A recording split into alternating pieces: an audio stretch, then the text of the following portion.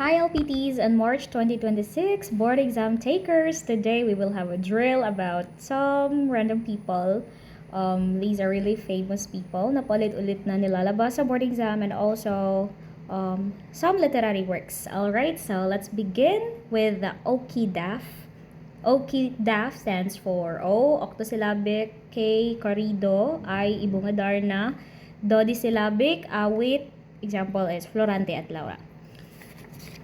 A Japanese poet who won Nobel Prize for Literature pag Japanese poet, that is Yasunori Kawabata. Father of Greek tragedy, that is Aeschylus. Yan.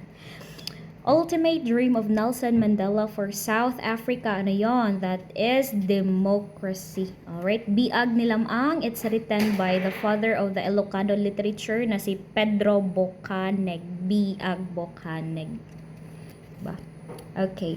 The Great Plebeian, that is none other than Andres Bonifacio. Pagsusulatan ng dalawang magkakaibigan, si Urbana at si Feliza, it's written by Modesto de Castro, which is an example of epistolary. Yan, board exam question yan. First, Palangka awardee for short story. Pag short story, Palangka awardee, that is Kwento ni Mabuti. Sino yung nagsulat? That is by Matute. Diba? Mabuti, Matuti. Landmark structures, Raha Sulaiman. Okay, pag landmark structures, that is Castrillo. Okay, si Eduardo Castrillo. First wife of Bonifacio, na O rin ang dulo ng pangalan, that is Monica.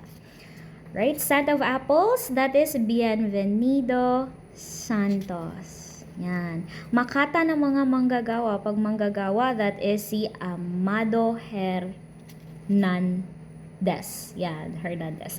The Vigilayan, that is Jose Garcia Villa. Taga-Ilog, walang iba kundi si Luna, Antonio Luna. Quijano de Manila, that is Nick Joaquin, diba? Mayday Eve, and is his work. Yan. Laong-laan di Masalang Agno, lahat yan ay pen name ni Jose Rizal. Okay, Magdalo. Pag Magdalo, that is Aguinaldo. Okay, si Emilio Aguinaldo.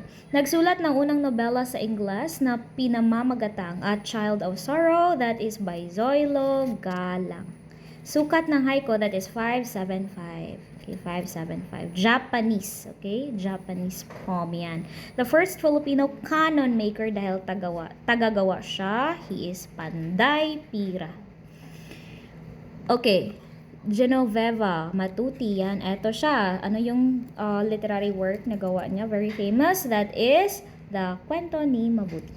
Alright, that's it. And part ulit.